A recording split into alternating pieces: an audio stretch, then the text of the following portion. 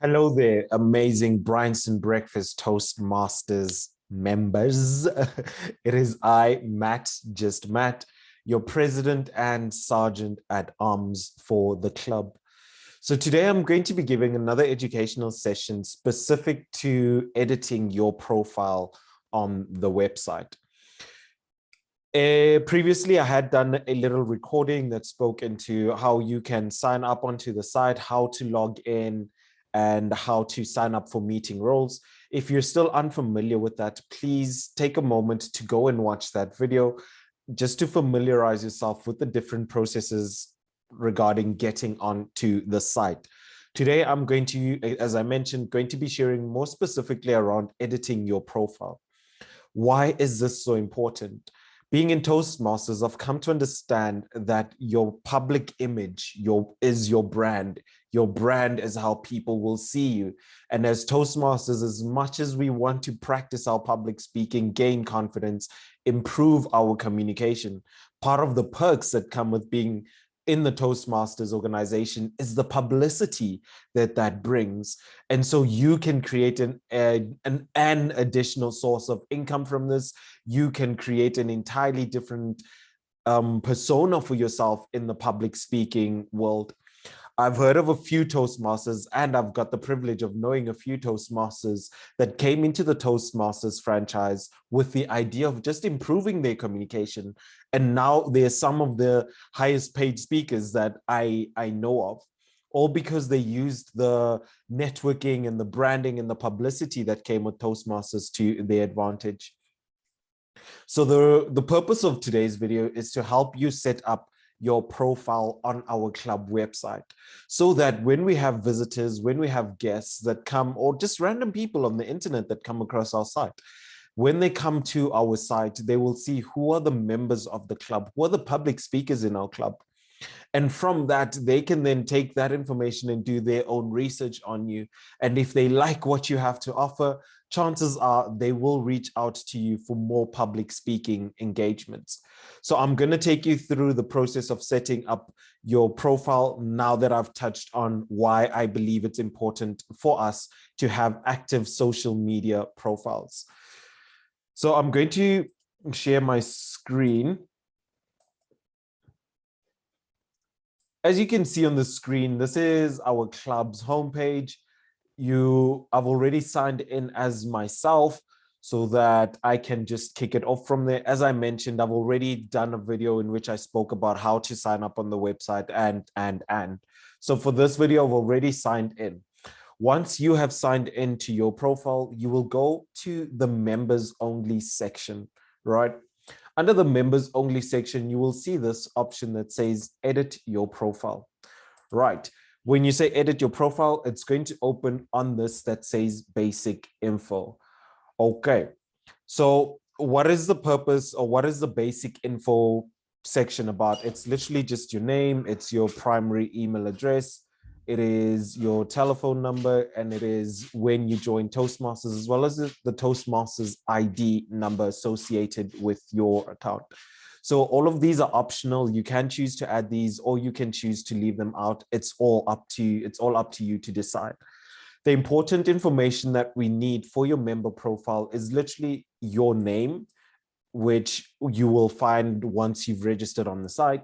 It would be your email address, and it will be your Toastmasters ID number and how long you've been part of our club. The second important part of setting up your profile is the email settings. The email settings literally speaks into the communication preferences that you have as a Toastmaster.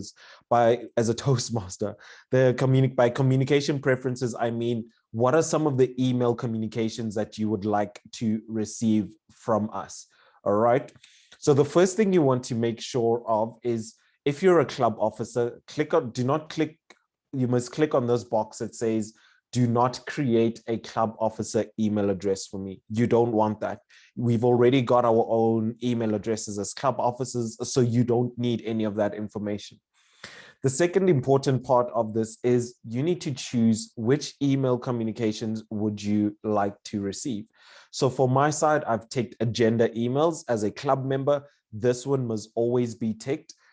You don't need role notifications. You don't need notification. Well, you don't need notifications of attendance record updates. You don't need notifications of roles assigned to members.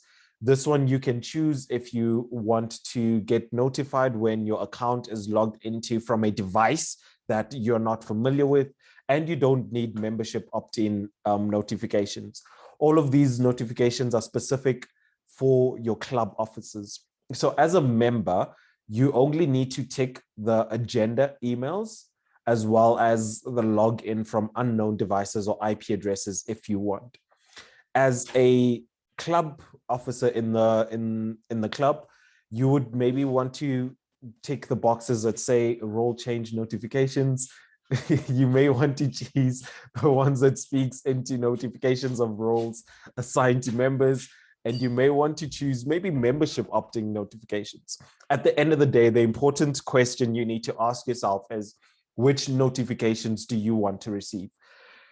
These three are specific to just your VPE. Your VPE, if you're a VPE or a VPM or the secretary, I would strongly suggest that you click on all 1, 2, 3, 4, 5, 6 boxes. But if you're just a member, you only need 2 of those boxes. Okay. So the other important information that you may want to include is if you want to update your social link. Sorry, I lost track of there. So the next part, or the third part, is the social links. So as you can see, I've added my social links onto my profile. Why did I choose to do this? The reason I found it important to add social links onto my profile is because if an external member or another member of the club or another Toastmaster sees my profile and they find it interesting and they want to find out more about me, the first place I want them to go and look is my social media profiles. My social media profiles are always up to date, and it always has some relevant information of what they can expect from me as a Toastmaster. So some of the links that I've included is my Facebook page. I've included a link to my YouTube page where I upload some of my Toastmaster videos and my practice sessions so that they can see how great my public speaking is and think of, do I want him to be an MC at my next event? Do I want him to be my Toastmaster at the next event? Do I want to invite him to a public speaking event? And what are some of the topics he's good at? And is he a good fit for my organization, right? So that's why I've added my YouTube email, my YouTube account address. The other thing that I've added on the screen, as you can see, is my LinkedIn. So the reason why I've added LinkedIn is because LinkedIn is a professional platform. Everybody that searches for you is going to start with LinkedIn. They're going to see what is your history, what are the skills, what is your job experience, who are you as a professional? And so I've added that as my URL there. All the other stuff you can add if you want. I don't use Meetup. I don't have a Google Plus. I don't have Flickr. I'm not so keen on adding Twitter because there's nothing that will add value or that will help you see the value that I have to offer. So the important ones that I would strongly suggest is, if you don't already, create a YouTube account, start uploading your Toastmaster speaking videos. If you don't yet have a LinkedIn account, create a LinkedIn account and start getting active on LinkedIn. It's one of the first places people are going to look for you as a Toastmaster. You don't so much need Facebook. Facebook is, no one really searches for you on Facebook unless they want to see your family and stuff like that. So you don't have to add that if you don't want to. And lastly, the member bio photo. So this also very important, right? Under the brief member bio, you are literally telling us a little bit about yourself. Who are you as a Toastmaster? Who are you as an individual? What I've done here is I've taken my LinkedIn bio and I've just added it here and I've just tweaked it a little bit here and there because, when people are having a look at this, they need to know who I am and what I stand for. and I want them to know this. This is how I draw them in as an individual. The second thing that I want them to see is a picture of me. They need to see the pretty face that's got this amazing voice.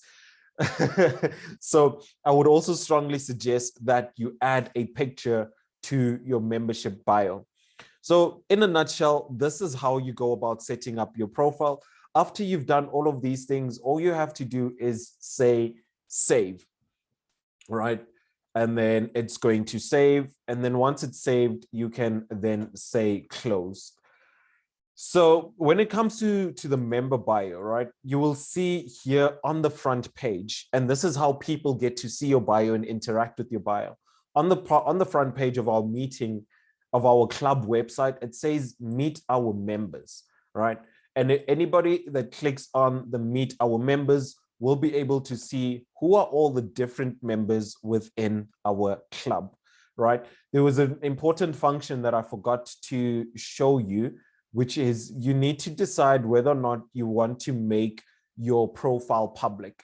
So you can see here, it says check to be included in the public meet our members page. If you do not check this box, then your profile won't show up. And so you setting up your whole profile then is kind of a waste of time. There's no value in that. So I would strongly suggest that you click on this option that says be included in the meet our members page. Other than that, that is your club profile, your membership profile in a nutshell. Please look out for more videos on how to maximize using our club website.